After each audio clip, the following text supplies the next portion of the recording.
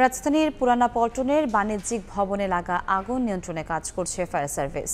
প্রত্যক্ষদর্শীরা জানান, রাত 8:30টার দিকে ভবনের 11 তলায় ছাদে আগুন দেখতে পান তারা। খবর পেয়ে ঘটনাস্থলে পৌঁছে আগুন নেভাতে কাজ শুরু করে ফায়ার সার্ভিসের 7টি ইউনিট। স্থানীয়দের ধারণা, বৈদ্যুতিক শর্ট সার্কিট থেকে 11 তলায় গোডাউনে আগুন লাগে।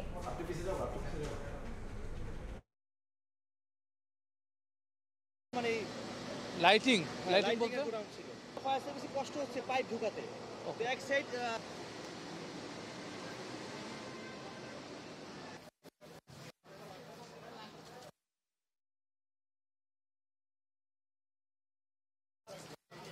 এই মার্কেটটাতে পুরো ইলেকট্রিক মার্কেট। এই ইলেকট্রিক মার্কেটের মারামারিতে গোডাউন থাকে, উপরে 7 যত উপরে গোডাউনগুলো রাখা থাকে, ওইখান থেকে সম্ভবত আগুনটা লাগছে। শুরুতে হালকা আমরা ছাদে থেকে দোমা দেখতে পাইছিলাম, তারপর উপরে যাই আমরা গ্যাস দিছি, কিন্তু গ্যাসে কাজ হয় না। পর ফায়ার সার্ভিসের লোক আসছে। এই মুহূর্তে রাজধানীর পুরানা পল্টনে আছেন রিপোর্টার আলামিন তুষার। আমরা সরাসরি যাচ্ছি তার কাছে। তুষার, আমার পেছনে থাকা এই ভবনটিতে 11 তলা এই ভবনে কিন্তু ছাদে আগুন লেগেছে এবং আগুনের ঘটনা 8:25-এ আসলে যখন এই ফায়ার সার্ভিস তাদের এই তথ্যটি পান, ঠিক তার সঙ্গেই কিন্তু ফায়ার সার্ভিস কর্মীরা কিন্তু 7 মিনিটের মধ্যেই কিন্তু এখানে চলে এসেছেন প্রথম ইউনিট, এবং এখন কিন্তু 7টি ইউনিট কাজ করছে।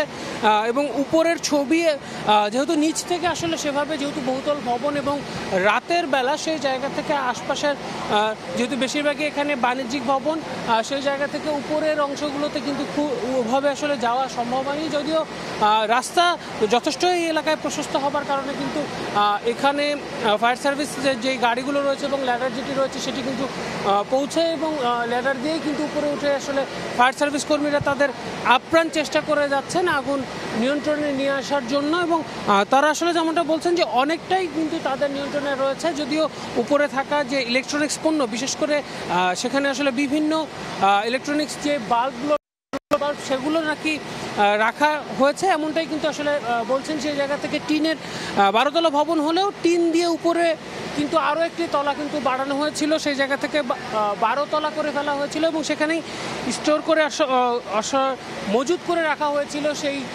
পণ্যগুলো, ইলেকট্রনিক্স পণ্যগুলো। এবং সেগুলোতে যেহেতু আগুন লেগেছে, সেই জায়গা থেকে সেগুলো আজ ধীরে ধীরে কিন্তু কাজ করছে, এবং যখনই উপরের অংশে আগুন নিভিয়ে ফেলা হচ্ছে, পরবর্তীতে আবারও কিন্তু সেই অংশে যখন আবারও পানি দেওয়া হচ্ছে, উপরের অংশটা সরে গেলে যেহেতু ইলেকট্রনিক্স পণ্য, সেই জায়গা থেকে সেখানে কিন্তু আবারও আগুন দেখা যাচ্ছে। এবং টিনের উপরে থেকে জীবনের ঝুঁকি নিয়ে টিনের উপরে দাঁড়িয়েই কিন্তু যারা ফায়ার সার্ভিস কর্মীরা রয়েছেন তারা কিন্তু কাজ করছেন, এমনটা কিন্তু আমরা দেখেছি। এর বাইরেও নিচ থেকেও কিন্তু টিন কিন্তু উপরের দিকে পাইপ নিয়ে গিয়েছেন, এবং সেখানে যেন নিচের দিকে ভবনের নিচের দিকে যেন, যেহেতু ছাদে আগুনটি লেগেছে, নিচের দিকে যেন কোনো ফ্লোরে আগুন যেন না নেমে আসে, সেই জন্য নিচ থেকেও কিন্তু সেই ব্যবস্থাপনা কিন্তু ফায়ার সার্ভিস কর্মীরা রেখেছেন। আমরা যদি বলি এখানকার আশপাশে, আমরা ভবনটিতেও কিন্তু একটি রিজার্ভার আছে কিনা সেটি নিশ্চিত না হলে সেখানেও কিন্তু পাইপ আমরা দেখতে পাচ্ছি, এবং আশপাশের যে ভবন, বিশেষ করে পাশে থাকা একটি মসজিদ থেকে কিন্তু এখানে যে মসজিদের যে রিজার্ভ ট্যাঙ্কি, সেখান থেকে কিন্তু পানি নিয়ে আসলে অগ্নি যে নির্বাপন সেটার কাজ কিন্তু চলছে, যথেষ্ট কর্মতৎপরভাবে কিন্তু কাজ করছে। এবং এখানে শুধু যে ফায়ার সার্ভিস কর্মীরা রয়েছেন তেমন না, এখানে আসলে রোভার স্কাউট থেকে শুরু করে, রেড ক্রিসেন্ট থেকে শুরু করে আসলে সেনাবাহিনী, র্যাবের সদস্যরা, পুলিশের সদস্যরা রয়েছেন, যারা আসলে আশপাশে উৎসুক জনতার যে ভিড়, সেই ভিড়কে নিয়ন্ত্রণ করার জন্য যেন কেউ যেন কোনো ধরনের দুর্ঘটনার মধ্যে না পড়েন, সেই জিনিসগুলো কিন্তু তারা আসলে লক্ষ্য রাখছেন। যদিও আশপাশ থেকে, নিচ থেকে কিন্তু খুব একটা উপরের ভয়াবহতা কিন্তু দেখা সম্ভব হচ্ছে না, তবে উপরের অবস্থা কিন্তু এখনো পর্যন্ত বলতে গেলে পুরোপুরি নিয়ন্ত্রণের মধ্যে নেই, এমনটাই কিন্তু আসলে বলা চলে। এবং আমরা যারা গণমাধ্যম কর্মীরা রয়েছি তারাও কিন্তু আসলে এখানে অবস্থান করছি এবং ফায়ার সার্ভিসের তরফ থেকে কিছুক্ষণের মধ্যে একটি ব্রিফিং করা হবে যে পুরো সার্বিক যে পরিস্থিতি সেটি আসলে কি অবস্থায়, সেটি কিন্তু আমরা জানবো। এখানে ফায়ার সার্ভিস কর্মী যারা রয়েছেন, তিনি কিন্তু কিছুক্ষণের কর্মকর্তা যিনি রয়েছেন এখানে তিনি কিন্তু কিছুক্ষণের মধ্যেই ব্রিফ করবেন, এমনটাই কিন্তু আমরা জানতে পেরেছি। এবং পুরো বিস্তারিত কিন্তু আমরা তার কাছে জানতে পারবো যে আগুন নিয়ন্ত্রণের বর্তমান পরিস্থিতি কি অবস্থায় রয়েছে না রয়েছে। সেই জায়গাতে আমরা যে অফিসিয়াল যে ব্রিফ সেই ব্রিফে আমরা চলে যাব।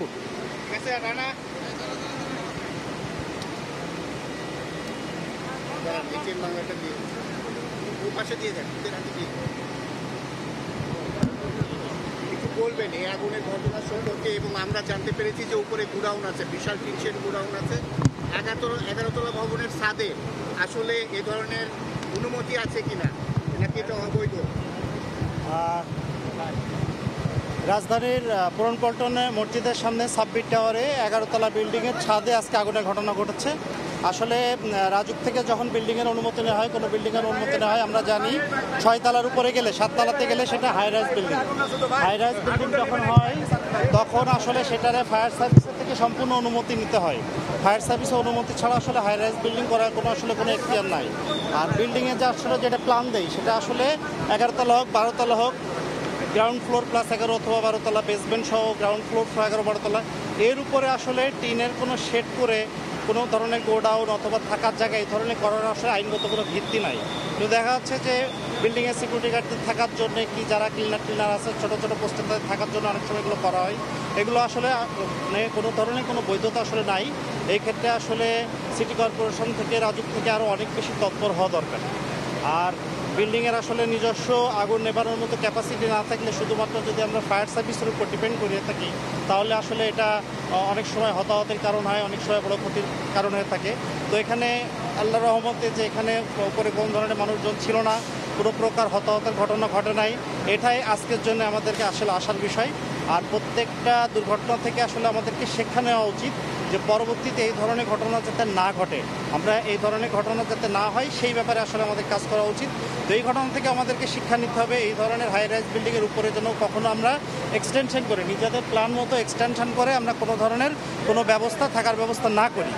আর রাজধানীর পুরানো পল্টনের বাণিজ্যিক ভবনে আগুন লেগেছে এবং সেই আগুনের খবর জানাচ্ছিলেন আমাদের সহকর্মী আলামিন তুষার।